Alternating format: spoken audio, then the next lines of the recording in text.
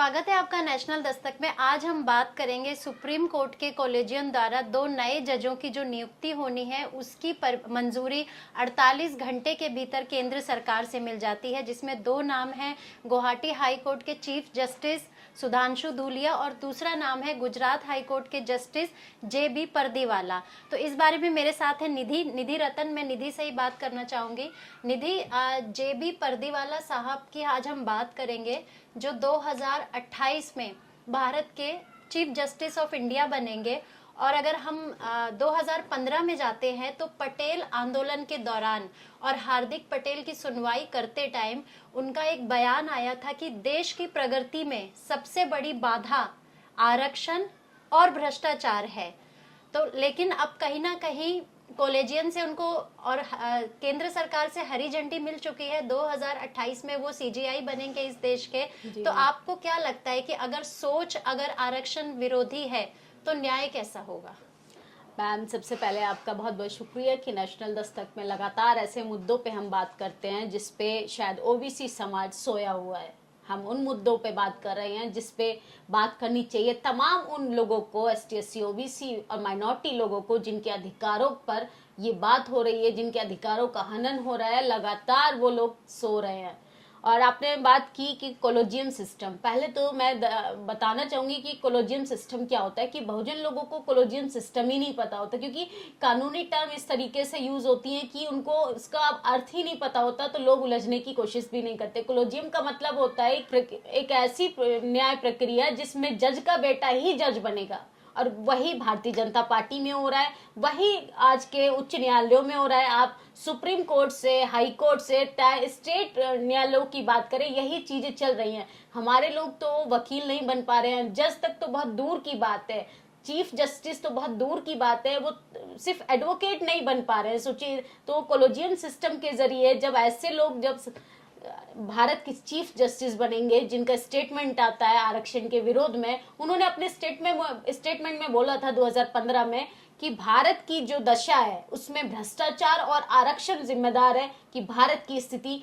विकास नहीं हो पाया, भारत की स्थिति बदतर हो गई है। सोचिए, जब इस तरीके की मानसिकता रहेगी, इस तरीके का आरक्षण विरोधी पक्ष रहेगा, तो बहुजन समाज के लिए न्याय की उम्मीद नहीं की जा सकती। बहुजन समाज के उन अधिकारों पे हम बात नहीं कर पाएंगे फिर, जिस पे आज हम खुलकर बात कर पा रहे हैं, क्योंकि न्यायाधीश ही हमारी फेवर के नहीं होंगे, न्यायाधीश ही हमारी पक्ष में बात नहीं करेंगे, न्यायाधीश ही एक पक्षपात पे बात करेंगे, न्यायाधीश ही एक तरफा डिसीजन लेंगे। जो सोचिए, आरक्षण इम्प्लीमेंट ही नहीं हो पाया हमारे समाज में पूर्ण रूप से। आज अभी आप देखेंगे समाज में उन लोगों को जहां आरक्षण की जरूरत, जहां लोगों को जरूरत है, वहां नहीं पहुंच पा रहा है। और वो आज चीफ जस्टिस होने के बाद जब वो लोग 28 में चीफ जस्टिस बनकर आएंगे तो क्या देश की स्थिति होगी कि आरक्षण को तमाम तरीके से खत्म कर दिया जाएगा। और 2028 का हमें वेट करने की जरूरत नहीं है, क्योंकि रिजर्वेशन सीधा तौर से खत्म ही किया जा चुका है, क्योंकि कहीं इंप्लीमेंट नहीं हो रहा है।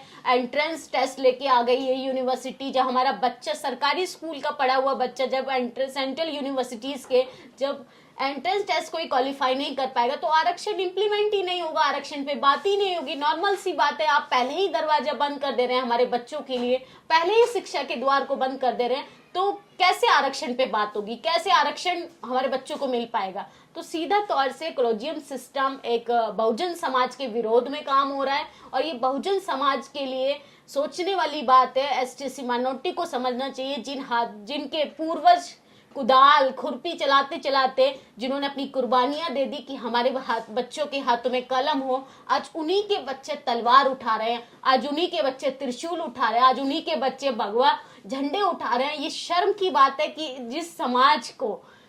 जिस समाज की डिग्निटी को जिंदा करने के लिए डॉक्टर BR अम्बेडकर ने अपने 4 बच्चों की कुर्बानी दे दी, आज उस समाज की दशा क्या है।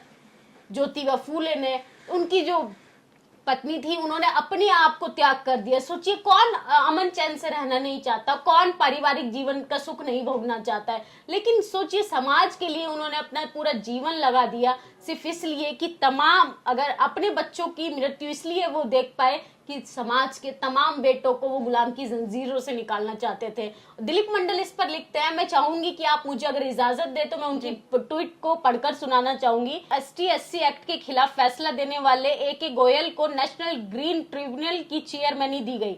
जातिवाद जज अरुण मिश्रा रिटायर होकर मानव अधिकार आयोग के चेयरमैन बन गए। अब आरक्षण के खिलाफ जहर उगलने वाले पर्दीवाला को सुप्रीम कोर्ट का जज बनाने का आदेश आ गया। सोचिए मोदी सरकार क्या कर रही है। भारतीय जनता पार्टी बहुजन हितैषी बनती है, तमाम बहुजन व्यक्ति के घर पर, तमाम बहुजन समाज के लोगों के घर पर थाली में खाना सजाकर खाती है। वाल्मीकि समाज के पैर धोकर वो फोटो शूट कराते हैं, वाल्मीकि समाज के साथ वो सफाई कर्मियों के साथ फोटो शूट कराते हैं। लेकिन जब बात आती है आरक्षण पे, जब बात आती है अधिकारों पे, जब बात आती है मानव अधिकारों पर, तो उनके मुंह पर चुप्पी क्यों आती है? वो चुप्पी क्यों साध लेते हैं? भारतीय जनता पार्टी के ना उनके MPs का कोई इस तरीके का स्टेटमेंट आता है, ना मंत्रियों का स्टेटमेंट आता है, इनफैक्ट खुद PM का स्टेटमेंट नहीं आ पाता है आरक्षण के फेवर में, और वो नियुक्त करते हैं इस तरीके के लोगों को जो आरक्षण के खिलाफ जहर उगल रहे हैं। तो सीधा तौर से ये स्पष्ट है और ये समझ जाना चाहिए बहुजन समाज को कि भारतीय जनता पार्टी सिर्फ JB पर्दीवाला जैसे लोगों को इसलिए सत्ता में लेकर आ रही है, इसलिए पावर्स में लेकर आ रही है कि आपके आरक्षण को सीधा तौर से खत्म कर दे और आपको एक भगवा चादर उड़ाकर सुलाना चाह रही है, इस देश का भगवाकरण कर रही है और आपके अधिकारों को लगातार खत्म कर रही है। और लेकिन ये समझ नहीं आ रहा है और इन खुश होना चाहिए आपको कि मोदी जी आपको तोहफे में क्या दे रहे हैं। आप हिंदुत्व बनने का जो शौक लगा है आपको, क्षत्रिय, रघुवंशी, नागवंशी, कृष्णवंशी बनकर जो OBC समाज घूम रहा है, सबसे ज्यादा नुकसान तो उसी का है, क्योंकि उसके हक की लड़ाई भी शेड्यूल कास्ट लड़ रहा है। क्योंकि थोड़ा बहुत भी जस्टिस की आज कोई बात कर रहा है, आरक्षण पे अगर बात कर रहा है, तो वो शेड्यूल कास्ट का समाज का व्यक्ति कर रहा है। क्योंकि OBC समाज तो सोया हुआ है चादर तान के कि हमारे लिए तो सिर्फ धर्म ही हमारा सबसे सर्वश्रेष्ठ कर्म है और इसके अलावा ना हमें अपने बच्चों के लिए शिक्षा पे सोचना है, ना अधिकारों पे सोचना है, ना आरक्षण पे सोचना है। तो जिस तरीके से 2028 में आरक्षण को खत्म करने का प्रावधान सरकार कर रही है, ये सिर्फ उनकी नियुक्ति नहीं हो रही है, ये आरक्षण को खत्म करने की तैयारी हो रही है। परसेप्शन तैयार जी, किया जा रहा है। परसेप्शन तैयार किया जा रहा है। निधि, एक मेरा सवाल आपसे ये भी है कि बाबा साहब भीमराव अंबेडकर ने जो आरक्षण की व्यवस्था की थी संविधान में, कहीं ना कहीं वो चाहते थे जो भी उन्होंने सहा अपनी जाति को लेके या जो भी उनके जीवन का संघर्ष रहा, चाहे वो स्कूल से लेके और आगे तक उनके कॉलेज, यूनिवर्सिटी या तमाम जिस पोस्ट पे भी वो थे, जातिवाद का वो शिकार होते रहे। लेकिन कहीं ना कहीं एक समानता का हक और अधिकार दिलाने के लिए आरक्षण की व्यवस्था संविधान में की गई थी कि अगर हम हिंदुज्म की भी बात करें, हिंदुत्व की भी बात करें, तो जो SC ST OBC जो 4th कैटेगरी में लोग आते हैं उनको बहुत हीन दृष्टि से देखा जाता है। तो इसलिए आरक्षण की व्यवस्था की गई कि उनको समाज में समानता का अधिकार मिले। कहीं ना कहीं वो समानता का अधिकार अगर उनसे छीन लिया जाएगा तो 5000 साल पहले या आज से 100 साल पहले या आज़ादी से पहले पानी के लिए भी संघर्ष होता था, हर चीज़ के लिए, शिक्षा के लिए भी एक संघर्ष था। तो कहीं ना कहीं हमारा समाज वापस उसी स्थिति में धकेला जा रहा है। जी मैम, बिल्कुल सही कहा आपने कि जिस समाज में पानी पीने को लेकर लोग संघर्ष कर रहे थे, उस समय पे तो अंग्रेज शासन था, हम संघर्ष भी कर पाए। आने वाले सालों में मैम बहुत ज्यादा स्थिति खराब होगी, क्योंकि उस समय पे ब्रिटिश शासन था, उस समय पे हम अपनी बात रख पाते थे, उनके अंदर मानवता थी। लेकिन आज की जो सरकार है उसमें तो हम अपने अधिकारों की बात नहीं कर सकते, और वही तैयारी कर चुकी है। आज से पिछले 100 साल पीछे अगर हम अपने आप को देखेंगे, वही लाचारी, बेबसी, वही सहमी, वही हमारी जो नस्लें थी, आत्मसम्मान के लिए संघर्ष करना पड़ता था। हमारे लिए नौकरी तो बहुत दूर की बात है, अब तो आरक्षण जैसे मुद्दों को भटकाने की कोशिश कर रही है। तमाम इस तरीके की मूवी लाई जाती है, तमाम इस तरीके के, जिस तरीके से भी हमारे दिमाग को कैप्चर करे मीडिया के जरिए, चाहे पत्रकारिता के जरिए, वो पूरी कोशिश कर रही है भारतीय जनता पार्टी कि किस तरीके से बहुजनों के हक अधिकारों को मारा जाए। बहुजन श्रेणी के सिर्फ लोग रहेंगे सिर्फ वोट के लिए, क्योंकि आरक्षण वाली सीट से, रिजर्वेशन वाली सीट से नवनीत राणा जैसे लोग जीत कर जब जाएंगे तो क्या करेंगे? वो हनुमान चालीसा को लेके बहुत बेचैन है। उनका स्टेटमेंट आता है कि मैं 14 दिन क्या, मैं 40 साल भी रहने के लिए तैयार हूं, उस तरीके का बेतुका बयान आता है। लेकिन उनको जिस शेड्यूल कास्ट की, जिस रिजर्वेशन सीट से वो जीत कर गई हैं, वही रिजर्वेशन का विरोध कर रही है। हमारे लोगों को तो रिजर्वेशन का भी मतलब भी नहीं पता, और आप सवर्ण समाज से बात करेंगे, सवर्ण समाज की मानसिकता मैं आपको बता दूं, वो कहेंगे कि डॉक्टर बी.आर. अम्बेडकर ने 10 साल के लिए रिजर्वेशन का प्रावधान किया था और 10 साल के बाद उसको खत्म कर देने का ऐलान किया था। ठीक है, हम मान लेते हैं खत्म किया था, लेकिन पहले 10 साल आप ठीक से इंप्लीमेंट तो कीजिए। वो 10 साल इंप्लीमेंट अगर होता तो आज देश की स्थिति ये होती, आज शेड्यूल कास्ट की स्थिति ये होती कि आज भी मूंछ रखने पर मार दिया जाता है, आज भी घोड़ी नहीं चढ़ने दिया जाता है, आज भी शेड्यूल कास्ट बच्चियों का बलात्कार किया जाता है, और इंसाफ के लिए अगर वो कोर्ट कचहरी पहुंच जाती हैं वहां पर भी उनको न्याय नहीं मिलता, वहां भी दोबारा बलात्कार किया जाता है। तो ये स्थिति है बहुजन समाज की, और सिर्फ शेड्यूल कास्ट विक्टिम नहीं है, सबसे ज्यादा विक्टिम जो मानसिक रूप से गुलाम हो रहा है। कि आप शारीरिक रूप से अगर विक्टिम है तो वहां से निकलना ज्यादा आसान होता है, लेकिन मानसिक रूप से अगर आप गुलाम बनते जा रहे हैं तो आपकी जो नस्लें हैं वो पूरी की पूरी खत्म हो जाती हैं बगावत करने में, लेकिन आप मानसिक गुलामी से उभर नहीं पाते। और वही तैयारी कर रही है भारतीय जनता पार्टी, आपको 100 साल पीछे भेज रही है, गले में हांडी पीछे झाड़ू लटका रही है। अब वही हाथ में आज त्रिशूल पकड़ा दिया है, कलम कॉपी किताब सब हटा दिया है, तो वही जल्द समय आने वाला है कि त्रिशूल और झंडे से हटकर आपके हाथ में खुरपी कुदाल आने वाला है। वही आप मजदूर वर्ग की नौकरी कर रहे होंगे, मजदूर वर्ग के बदले में आपको मजदूरी भी नहीं मिलेगी, आपके शरीर पे वही कोड़े की मार होगी, वही लात घूसे होंगे, वही गाली गलौज होगा, वही अपमान होगा। क्योंकि उत्तर प्रदेश हो, तमाम उन राज्यों की बात करें जो महिला हितैषी बनती थी इलेक्शन के टाइम पे, क्योंकि महिलाओं पर अत्याचार शुरू हो चुका है। महिलाओं की जब देश में स्थिति बदतर होने लगे तो समझ लो देश की उन्नति नहीं, देश की बर्बादी हो रही है। तो ये आरक्षण की बात नहीं है मैम, पूरा का पूरा इस देश में विकास निर्भर करता है बहुजन समाज की आर्थिक स्थिति की बात करें, सामाजिक स्थिति की बात करें, राजनीतिक स्थिति की बात करें, सब कुछ इस बात पे निर्भर करता है। जेपी परदीवाला को सिर्फ लाने का मकसद यही है कि बहुजन समाज को हर तरीके से कमजोर करना, बहुजन समाज को एजुकेशन से दूर रखना, बहुजन समाज को उन सवालों से दूर रखना, बहुजन समाज को अधिकारों से दूर रखना, बहुजन समाज को उन फंडामेंटल राइट से दूर रखना जिसमें वो अपने हक अधिकारों की बात करते हैं। और जब हक अधिकारों की बात होगी तो आरक्षण तो देना पड़ेगा, और ये सरकार आरक्षण नहीं दे पा रही है, रोजगार नहीं दे पा रही है, तो सोचिए ऐसे में वो क्या करेगी, ऐसे लोगों को ही लेके आएगी जो ऐसे स्टेटमेंट जारी करें, क्योंकि सारा इल्जाम सरकार कहीं ना कहीं फिर हिंदू कार्ड कैसे खेलेगी अपने फेवर के। वो जब चीफ जस्टिस बिठाएगी सुप्रीम कोर्ट के अंदर तभी तो वो इस तरीके के फरमान जारी करेगी, अगर सीधा सीधा तरीके से कर देगी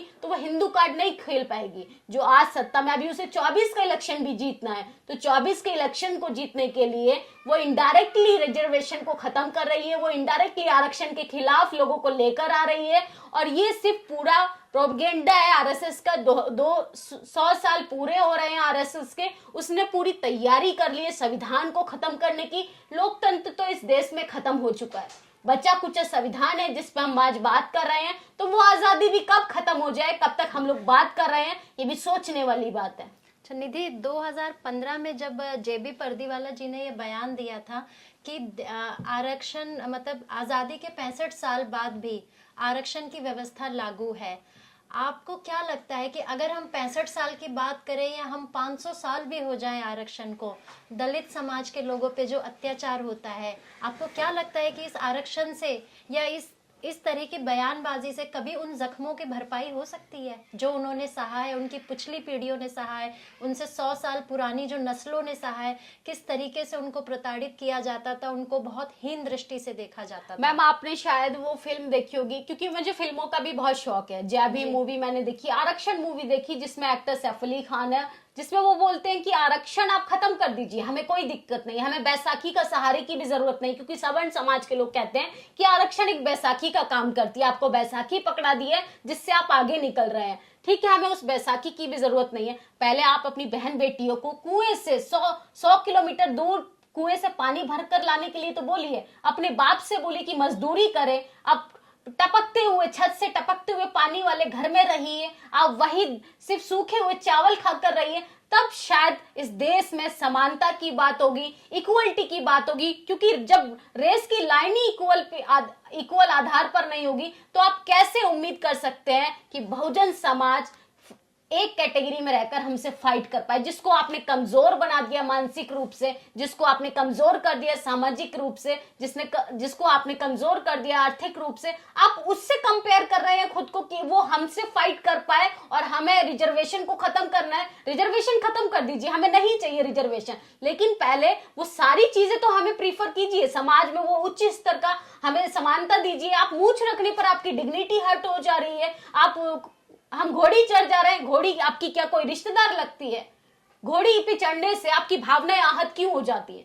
सिंपल से एक लाइन में मुझे आंसर, अगर सवर्ण समाज के लोग ये वीडियो देख रहे हैं तो मैं उनसे पूछना चाहूंगी कि घोड़ी पे चढ़ने से सवर्ण समाज की भावनाएं आहत क्यों होती है? बहुजन समाज का व्यक्ति अच्छा खाना खा ले, अच्छा पहन ले, तो उनको मिर्ची क्यों लगती है? और यही मिर्ची मीडिया कर्मियों को भी लगती है। जितने भी न्यूज चैनल्स में जो आप कहती है ना मेन स्ट्रीम मीडिया, मैं उसको गोदी मीडिया कहती हूँ। गोदी मीडिया भी वही काम करती है। अगर विपक्ष का कोई नेता इस तरीके की चीजें करता तो उसके पीछे ऐसे पड़ जाते हैं जैसे वो देशद्रोही हो। लेकिन ये सवाल आरक्षण के फेवर में वो मोदी सरकार से नहीं करेंगे, वो भारतीय जनता पार्टी से नहीं करेंगे। अब मेरा सवाल पर्सनली मोदी जी से नहीं होता है, वो तमाम उस पार्टी पर खड़ा होता है जो बहुजन हितैषी बनती है, जो हिंदू हितैषी बनती है, लेकिन उनके अधिकारों पर बात नहीं करेगी। और 80% हिंदुओं के अधिकारों पर बात नहीं करेगी जिनके वोट के आधार पे वो सत्ता का मजा ले रही है। निधि, जिस तरीके से कश्मीर फाइल्स मूवी आई थी, एक परसेप्शन, एक नैरेटिव तैयार किया गया मुसलमानों के खिलाफ, मुस्लिम समाज के खिलाफ, कि इन्होंने कश्मीर में ब्राह्मणों पे इस तरह का जो भी आपने फिल्म में देखा। अब आपको क्या लगता है आने वाले टाइम में रिजर्वेशन को लेके जिस तरह की मूवी आ रही है या सवर्ण समाज के लोग जिस तरह की फिल्में बनाएंगे, कहीं ना कहीं उसमें आरक्षण के खिलाफ भी एक झलक देखने को मिलेगी? और एक इसमें एक सवाल ये भी है कि सवर्ण समाज के लोग कहते हैं कि आरक्षण आर्थिक तौर पे होना चाहिए, जाति के तौर पे नहीं। अगर आपके बच्चे कॉलेज, यूनिवर्सिटी और अपनी कैपेबिलिटी पे पहुंच भी जाते हैं बहुजन समाज के, तो सवर्ण समाज के लोग उनको इक्वालिटी की नजर से देखेंगे या नहीं देखेंगे? मैम, आपको क्या लगता है? यही सवाल मेरा आपसे हो, आप तो जर्नलिस्ट हैं, तमाम सोसाइटी में तमाम तरीके के चैलेंजेस को फेस करती हैं। यही सवाल अगर मेरा हो तो शायद आप इस बात से सहमत ना हो, क्योंकि समाज आरक्षण खत्म कर सकता है लेकिन जातिवाद खत्म नहीं करेगा। आप आरक्षण खत्म करने पे तब सवाल उठाइए जब आप जातिवाद खत्म कर चुके हैं। आप देखेंगे तमाम देशों की अगर हम बात करें, वह नस्लीय भेदभाव खत्म हो चुका है। लेकिन आज भी हमारे देश में हम 500 साल पीछे की मानसिकता में जी रहे हैं। वेस्टर्न कपड़े पहनने से हम वेस्टर्न नहीं हो जाएंगे, हमें यहाँ से वेस्टर्न कल्चर की तरह सोचना पड़ेगा। हमें हमारे बच्चों को संस्कृत पढ़ाया जा रहा है, गुरुकुल भेजा जा रहा है। उनके बच्चे क्या कर रहे हैं? कॉन्वेंट स्कूल में पढ़ रहे हैं। हम मुस्लिम अपने पड़ोस में रह रहे मुस्लिम भाई से झगड़ा कर रहे हैं, वो पाकिस्तान जाकर बिरयानी खा सकते हैं। अमित शाह का बेटा वहां जाके शेख के साथ, सऊदी अरब के जो शेख हैं उनके साथ फोटो शूट करा सकते हैं। ये सिर्फ प्रोपेगेंडा है। आपने मूवी की बात करी, द कश्मीर फाइल मूवी लाई जाती है और ईवीएम जैसे गंभीर मुद्दे को भटकाने की कोशिश कर दी जाती है। सोचिए, ईवीएम इतना बड़ा मुद्दा था कि उत्तर प्रदेश में ऐसे हालात हो गए थे, कोरोना टाइम में भारतीय जनता पार्टी सड़कों पर नहीं थी, लोग पलायन कर रहे थे, छोटे छोटे बच्चे मर रहे थे, प्रसव के बाद गर्भवती महिला कोसों दूर पैदल चलने को मजबूर हो गई थी। तब भारतीय जनता पार्टी का देश के हित में कोई प्रेम नहीं जाग रहा था, लेकिन उसने कोई काम भी नहीं किया जिसके आधार पर उसे हम जीतता हुआ घोषित कर दें। लेकिन एक ऐसी मूवी लाई जाती है, और ये कोई मूवी अचानक से नहीं लाई जाती है, ये इलेक्शन से पहले का पूरा माइंडसेट एकदम सेट कर दिया जाता है। एक टूल किट की तरह इस्तेमाल किया जाता है समाज में कि हिंदू मुसलमान हो, क्योंकि अगला इलेक्शन एमसीडी इलेक्शन है दिल्ली के अंदर, वो भी उसको जीतना है। और आप देखेंगे जय भीम मूवी आई, जय भीम मूवी को लेके इतना विरोध किया, वो सिर्फ एक शिक्षा बेस्ड मूवी थी कि एजुकेशन हर व्यक्ति के लिए जरूरी है, क्योंकि शिक्षा वही शेरनी का दूध है, जो पिएगा वही दहाड़ेगा। तो ऐसी मूवी को प्रमोट ना कर और अग्निहोत्री ऐसी मूवी लेकर आते हैं, द कश्मीर फाइल्स। मैं उन्हीं से एक सवाल पूछूंगी, अगर अग्निहोत्री तक ये वीडियो जाती है, वो फिल्म बनाएंगे गुजरात फाइल्स पर? वो दिल्ली दंगे पर फिल्म बनाएंगे? नहीं बना पाएंगे। क्या वो बीजेपी की करतूतों पर फिल्म बनाएंगे? पूरी की पूरी मुस्लिम समाज की ट्रेन जलाई, जिंदा लोगों की ट्रेनें जला दी जाती है गोधरा कांड में, क्या वो उस पर फिल्म बनाएंगे? नहीं बनाएंगे। ये सिर्फ मैम समाज को भटकाने के लिए हो रहा है। और कोटा एक मूवी आई है रिजर्वेशन के खिलाफ, तमाम रोहित वेमुल्ला की बात करें, पायल तन्वी जैसे लोगों की बात करें, हमारे समाज के बच्चे आत्महत्या कर लेते हैं सिर्फ किस लिए कि उन्हें शिक्षा में समानता नहीं मिलती। उन लोगों को मानसिक रूप से कमजोर किया जाता है, इतना डोमिनेट किया जाता है, इतना मेंटली हैरेस किया जाता है कि कहीं ना कहीं वो इसका शिकार होते हैं और गिव अप कर देते हैं। सोचिए आज अगर वही आरक्षण इंप्लीमेंट होता, 10 साल पहले इंप्लीमेंट होता अगर ठीक से, तो शायद हमारे बीच में रोहित वेमुल्ला जैसे भाई होते, शायद हमारे बीच में पायल जैसी तन्वी बहन न होती, वो नहीं मरते। सिर्फ अपनी जान दे दे रहे हैं लोग इसलिए कि उनको समानता नहीं मिल पा रही है। सोचिए, सिर्फ पढ़ने के लिए लोग अपनी जान दे रहे हैं, तो आप समानता की बात कहां से कर सकते हैं। तो ये सिर्फ सीधा सीधा तरीके से कॉलेजियन सिस्टम के जरिए ऐसे जजों की नियुक्ति की जा रही है जो आरक्षण विरोधी हैं, जो मानव अधिकार के विरोध में काम करेंगे, जो फंडामेंटल राइट्स के विरोध में काम करेंगे। लेकिन इस पे काम करना चाहिए उस ओबीसी समाज को। मुझे तो शर्म आती है उस ओबीसी समाज पे जिसने ठेका लिया है हिंदू धर्म बचाने का। कौन सा हिंदू धर्म जो कभी था ही नहीं, सिर्फ एक नाम को, एक टैग को लेकर भारतीय जनता पार्टी इतने सालों तक राजनीति करती रही और अभी भी ना उनको समझ आ रहा है ना उनके आने वाले बच्चों को समझ आ रहा है। कभी कभी इरिटेशन होती है मुझे भी कि हम इतनी बात करते हैं। अब तक तो अगर आप किसी जानवर को भी प्यार करेंगे उसे भी समझ आता है कि ये चीज मेरे लिए सही है कि गलत है। समाज की जो दशा है वो जानवर से भी बदतर हो गई है, क्योंकि धर्म जो है ना, धर्म अफीम की तरह है। इनके दिमाग में वो अफीम लगातार घोल कर पिलाई जा रही है, इनको पिलाई जा रही है और इनको पता ही नहीं चल रहा कि भगवाकरण के पीछे इनके अधिकारों का क्या क्या हालत हो रही है, इनके आने वाली नस्लों का क्या हाल होने वाला है। इनके बच्चों के लिए सिर्फ ताली थाली के अलावा, सिर्फ घंटा बजाने के अलावा कुछ नहीं है। तो ये थी हमारे साथ निधि रतन, इन्होंने अपनी राय रखी आरक्षण को लेके, या जो सीजीआई की नियुक्ति होने वाली है 2028 में चीफ जस्टिस ऑफ इंडिया बनेंगे वो, जिनका स्टेटमेंट आरक्षण विरोधी है, उनकी सोच आरक्षण विरोधी है। तो आप सोच सकते हैं कि जब जुडिशरी में, ब्यूरोक्रेसी में और तमाम संवैधानिक पदों पे अगर आरक्षण विरोधी लोग आके बैठ जाते हैं या उनको पावर मिल जाती है और मेन पावर सेंटर्स में वो होते हैं, तो बहुजन समाज का भविष्य क्या होगा, उनका आरक्षण का भविष्य क्या होगा, उनके फंडामेंटल राइट्स का भविष्य क्या होगा। ये बहुत सोचने वाला सवाल है। आप इस बारे में क्या सोचते हैं, अपनी प्रतिक्रिया ज़रूर दें, कमेंट बॉक्स में अपनी राय ज़रूर रखें और नेशनल दस्तक को ज़रूर सब्सक्राइब करें। Thank you. नेशनल दस्तक की आपसे गुजारिश है कि अगर इसको बचाना चाहते हैं तो नेशनल दस्तक को सब्सक्राइब करने के लिए रेड कलर के सब्सक्राइब बटन को दबाएं, फिर बेल आइकन की घंटी दबाएं। नेशनल दस्तक को बचाने के लिए बहुत जरूरी है कि हर खबर को शेयर करें, लाइक करें, कमेंट जरूर करें।